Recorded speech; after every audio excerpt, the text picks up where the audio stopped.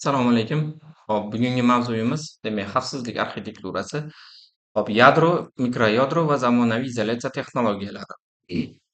Hop, yadro nima va uni xavfsizlikdagi roli qanaqa? Hop, o'tgan safar darslarimizda man protsessor haqida gaplashganimizda, protsessorlarda yadro bor.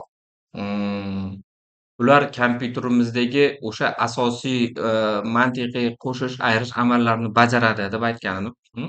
Endi bu joyda bugun operatsion sistemani yadrosi haqida gaplashyapmiz. Endi bu ikkala yadroni bir-biridan farqi bor. Eng asosiysi demak biz a, protsessordagi demak yadro bu qurilma.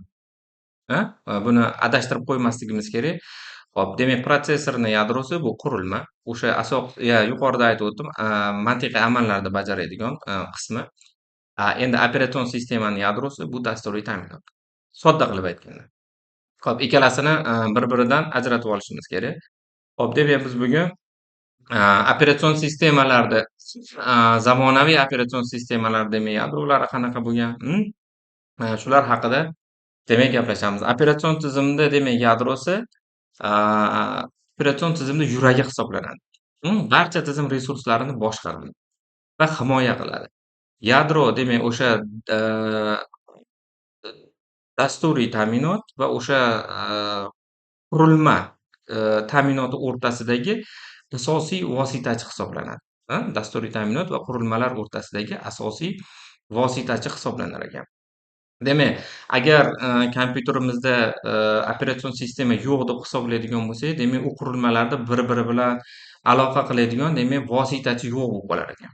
Shuning uchun operatsion sistemasiz demak kompyuterimiz ishlamas ekan. Hop.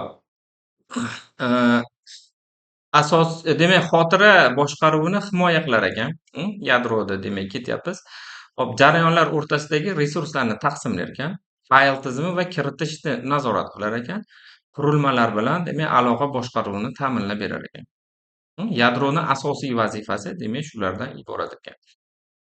Hop, xavfsizlikdagi kritik roli qanaqa? Demak, xavfsizlik arxitekturasi aynan yadro darajasida boshlanar ekan.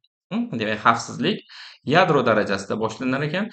Yadro buzilishi yoki zaiflikka ega bo'lishi butun tizimni demak xavfsizligiga jiddiy xavf solishi mumkin ekan. Xo'p, demak, bu joyda yadro darajasidagi zaiflik butun tizimni buzishi mumkin. Shuning uchun yadro xavfsizligi tizim himoyasini demak asosi hisoblanar ekan. Xo'p. Endi yadroni turlari bor ekan. Operatsion sistemalarda yadrosini turlari bor ekan. Demak, monolit, mikroyadro va modulli yadro hisoblanar ekan. Xo'p. Monolit yadro barcha tizim xizmatlari bitta katta jarayonda ishlaydi. Linux, Windows va ko'pchilik zamonaviy demak operatsion tizimlar demak monolit yadroga ega ekan. Xo'p, bu yuqori ishlash tezligini, modullar orasidagi tez aloqani, murakkab strukturaga ega, bir modullikda xatolik butun tizimga demak ta'sir qilishi mumkin ekan. Endi mikroyadro hop, minimal yadro barcha demak qo'shimcha xizmatlar alohida modullar sifatida demak user space'da demak ishlar ekan. Minix, QNX tizimlari misol ekan. Hop, bunda yuqori barqarorlik va ishonchlilik, modullar orasidagi mustaqillik, xatolarni izolyatsiya qilish osonligi, biroz pastroq ishlash tezligi. Demak, monolit yadrolarga qaraganda mikroyadrolar nima ekan? Nisbatan tezligi pastroq bo'lar ekan. Hop, modulli yadro qanaqa bo'lar ekan? Demak, kerakli modullarni demak dinamik ravishda yuklash va boshqarish imkoniyati. Linux demak kernel modullari eng yaxshi misol bo'lar ekan bunga. Hop, bu demak moslashuvchanlik kengaytirilishi. Hop, xotiradan samarali foydalanish, runtime va modul qo'shish, demak olib tashlash, modullar orqali demak funksionallikni boshqarish. Demak, har bir yadro turi o'zini afzalliklariga ega va kamchiliklariga ega. Agar esinglarda bo'lsa, o'tgan darslarimizda aytib o'tdim, hech qanaqa qurilma ham yo'qki, misol uchun, kompyuter tizimida bo'ladimi, boshqa bo'ladimi, 100% afzallikka ega bo'lgan. Har bitta demak o'sha qurilma bo'ladimi, dasturiy ta'minot bo'ladimi, albatta uni afzalligi va kamchiligi bor. Xo'p, endi A, xavfsizlik nuqtai nazaridan mikroyadro eng xavfsiz hisoblanadi bularga nisbatan. Chunki komponentlar orasidagi maksimal izolyatsiya ta'minlab berilgan ekan. A, demak bularni ichida o'sha eng xavfsizligi jihatdan eng yaxshisi hop mikroyadroli mikroyadro hisoblanar ekan. Hop, endi yadro arxitekturasining diagrammasi. Hop, diagrammada 3 xil yuqorida ko'rib o'tgan o'sha yadro arxitekturasini tuzilishi bor ekan. Hop, monolit yadroda barcha komponentlari bitta adres spaceda joylashgan. Mikroyadroda esa minimal yadro va alohida user space xizmatda xizmatlari mavjud bo'lar ekan.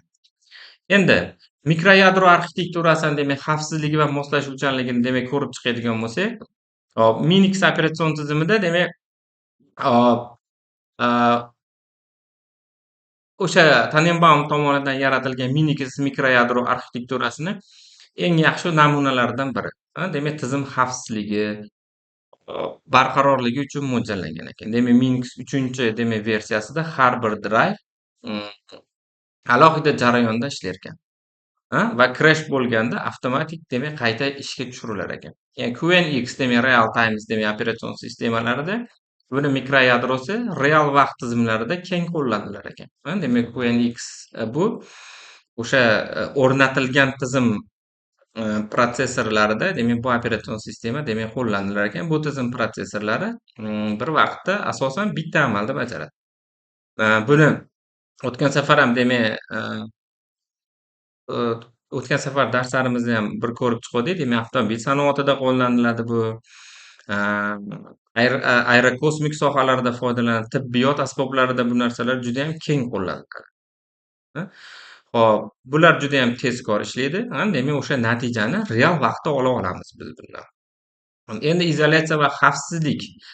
Mikroyadroda har bir xizmat alohida adres spaceda ishlar ekan. Bu xatoliklarni izolyatsiya qilishda ta'minlar ekan. Bitta komponentda xatolik boshqalariga ta'sir qilmas ekan. Hop, endi operatsion sistemani ham misol uchun oladigan bo'lsak, bu joyda aytyapmizda, har bittasida xatolik degan so'zni ishlatyapmiz. Operatsion sistema tarkibida ham hamma o'sha bo'layotgan jarayonlar ham to'g'ri bajarilmas ekan. Ba'zi bir holatlarda o'sha kelayotgan jarayonlarda xatolik kuzatilishi mumkin ekan. Bu operatsion sistemalar yadrosida shu xatoliklar iloji boricha bo'lmaslikka harakat qilingan ekan. Buni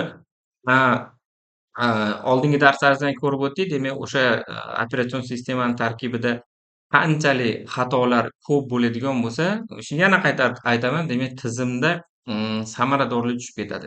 Biz o'sha hamma o'sha kompyuterimizdagi operatsion sistemaning yadrosi bo'ladimi, qurilmalar bo'ladimi, hammasida iloji boricha o'sha tizimdan, o'sha qurilmadan yoki bo'lmasam o'sha dasturiy ta'minotdan eng samarali foydalanish, eng optimal foydalanishga urg'u berilar ekan. Mikroyadro arxitekturasi xavfsizlik va ishonchlilik uchun optimal yechim hisoblanar ekan. Chunki har bir komponentda alohida himoyalangan muhitda ishlar ekan va tizimni boshqa qismlariga minimal ta'sir ko'rsatar ekan. Hop, modulli yadro. Endi modulli yadro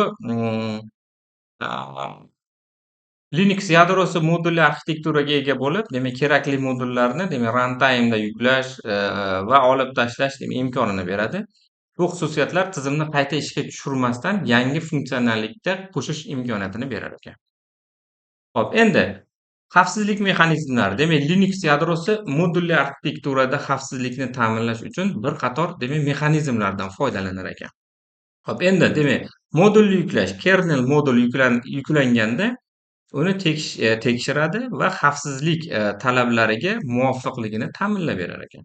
Runtime nazoratida yuklangan modullar doimiy nazorat ostida bo'lib, kernel tomonidan monitoring qilib borilar ekan.